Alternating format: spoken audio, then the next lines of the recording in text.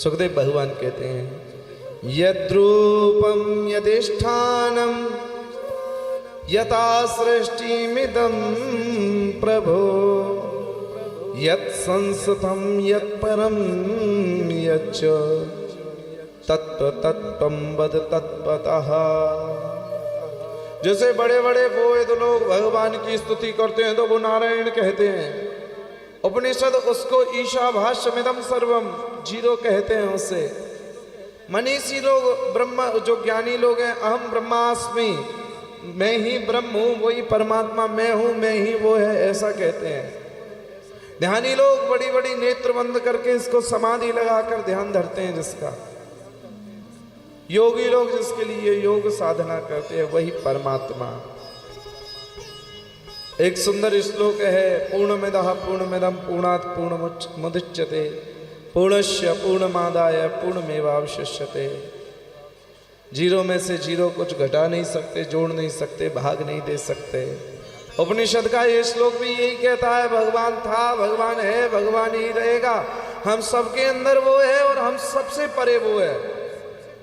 ध्यान दीजिए जरा, बात गंभीर है। इसलिए यदि नाव चल रही हो और तैराकी नीचे हो, नीचे नीचे, और नाव ऊपर ऊपर चले तो ऊपर समझ नहीं आएगी।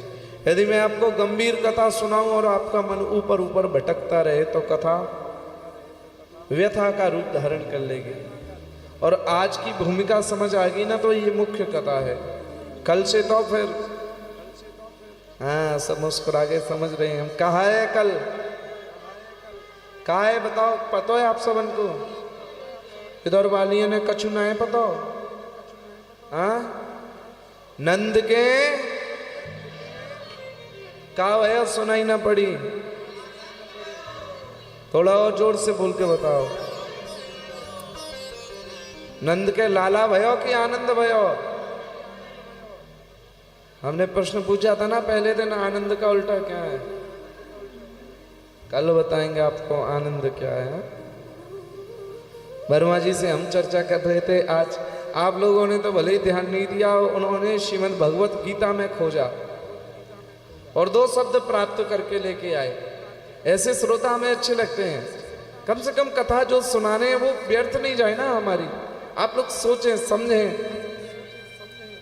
उसको कुछ जीवन में उतारें। उससे अपना, आप यहाँ 4 घंटा बैठे हैं, समय लगा के, पैसा लगा के, उसको न्यूट्रलाइज कीजिए, उसका कुछ फायदा लीजिएगा जीवन। हाँ, तो उस पूर्ण स्वरूप भगवान की सुंदर सृष्टि का वर्णन किया।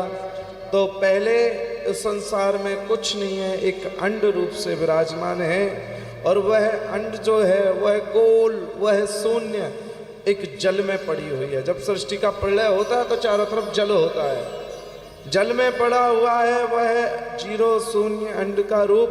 और जल को बोलते हैं नार। संस्कृत में जल को क्या बोलते हैं? नीर, क्षीर होता है ना, नीर यानी जल। ऐसे ही नार, तो नार यानी जल और वह यण मिला तो दोनों मिलकर के बन गए नारायण। क्या बन गए? बोलो जरा मुखमंडल से, क्या बन गए? पीछे वाले आप नहीं बोलोगे क्या? बोलो क्या बन गया? हाँ, अब तो हमारा इस सुंदर सृष्टि में कुछ नहीं, जीरो से नारायण की रचना हुई है। और जैसे ही श्री नारायण बने हैं तो आप तो नारायण महाराज आप सब देखे हैं क्षीर सागर में शयन करते हुए। उन्हीं नारायण की नाभि से एक सुंदर कमल प्रकट हुआ है और कमल में 14 पंखुड़ियां हैं। कितनी? जरा दोहराया करो, देखो भाई हम बार बार कहते हैं। कितनी पंखुड़ियां हैं? तो 7 पंखुड़ियां नीचे की और 7 पंखुड़ी ऊपर की हैं। 7 नीचे की कौन सी हैं? अतल, वितल, सुतल, रसातल, तलातल और पाताल। और 7 पंखुड़ी ऊपर की हैं भू, भुव, स्व, महा, जना, तपह और सत्य। ये 7 नीचे की और 7 ऊपर की हैं। ऐसा कमल का फूल है सुंदर 14 पंखुड़ियों वाला। सुंदर फूल पर एक जीव प्रकट हुआ है। हाँ, सुंदर फूल पर एक जीव प्रकट हुआ है। प्रकट होकर के देखने लगा चारों तरफ, मैं कहां से आया, मैं कहां जाऊंगा। चारों दिशाओं में मुख घुमाया तो 4 मुख प्रकट हो गए। मोह पड़ा चतुर्मुख ब्रह्मा। ब्रह्मा जी महाराज के कितने मुख हैं? हाँ, रागे जी क्या करे 5 देख लो यहाँ कथा में बैठे हो हम तो। 4 मुख है ब्रह्मा जी महाराज के, चारों दिशाओं में घूम के देखा मैं कहाँ से आया कहाँ गया, कहाँ से आया हूँ, ये सब विचार करने लगे हैं। चारों मुखमंडलों से एक ध्वनि आई है, मानो जल में ऐसे का पत्थर मानो तो एक आवाज आती है तप। क्या आवाज आती है ना, यानी सृष्टि का सबसे पहला अक्षर हुआ। आप बड़े ध्यान से सुनिएगा, हम बहुत सार की बात आपको सुना रहे। सृष्टि का सबसे पहला अक्षर हुआ तप, यानी ब्रह्मा जी समझे कि तप करो। क्या करें? ता और पा सृष्टि के सबसे पहले प्रकट हुए। ब्रह्मा जी महाराज ने हजारों वर्षों तक तपस्या करी। तपस्या ब्रह्मा जी महाराज की सफल हुई। एक दिन साक्षात नारायण प्रकट हो गए और साक्षात नारायण प्रकट होकर के क्या किए हैं? सबसे पहले अभिवादन किए हैं। श्री ब्रह्मा जी को नमस्कार राम राम की है और ब्रह्मा जी ने नारायण को पहले किया। और यहाँ सृष्टि का सबसे पहला ग्रंथ, सृष्टि की कोई परंपरा हो, हिंदू क्रिश्चियन सिख ईसाई अन्य जितनी कोई भी सृष्टि की सबसे पहला यदि ग्रंथ बना, वेद पुराण उपनिषद शास्त्र जितनों आपको याद है, सबसे पहले श्री ब्रह्मा जी महाराज को श्री नारायण ने 4 श्लोक सुनाए। कितने सुनाए? 4 श्लोकों को ब्रह्मा जी ने महाराज ने धारण किया। इसे चतुर्श्लोकी भागवत कहते हैं। क्या कहते हैं? चतुर्श्लोकी भागवत इस कथा को कहते हैं। और यही बात कल हम निवेदन किए थे। ये 4 श्लोकी ब्रह्मा जी महाराज ने नारद को पढ़ाए, अपने पुत्र नारद को सिखाए। नारद जी महाराज ने वेद व्यास जी को दिए और वेद व्यास जी महाराज ने 18,000 श्लोकों की यह श्रीमद् भागवत की रचना कर दी। तो सृष्टि में सबसे पहला कौन सा ग्रंथ प्रकट हुआ? श्रीमद् भागवत। श्री भागवत जी के 4 श्लोक श्री नारायण ने ब्रह्मा जी को श्रवण कराए। लेकिन अब सृष्टि तो आगे बढ़ी है।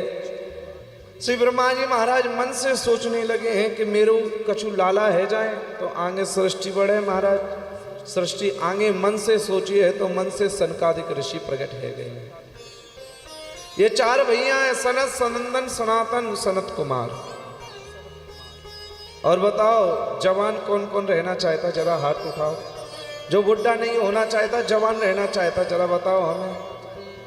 हाँ, हम देख रहे हैं मुस्कान, सब रहना चाहते हैं, पर महाराज कथा में कौन हाथ उठा? हाँ,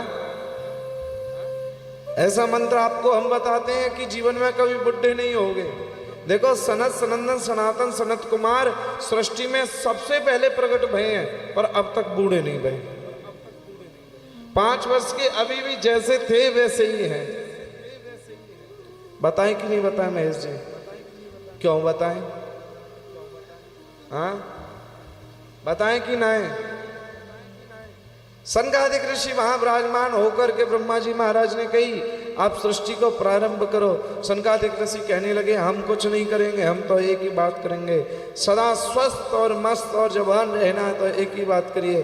सनकादिक मुनियों ने एक मंत्र को धारण कर लिया है। ये जीवन में हमेशा कहते हैं हरि शरणम हरि शरणम हरि शरणम हरि शरणम।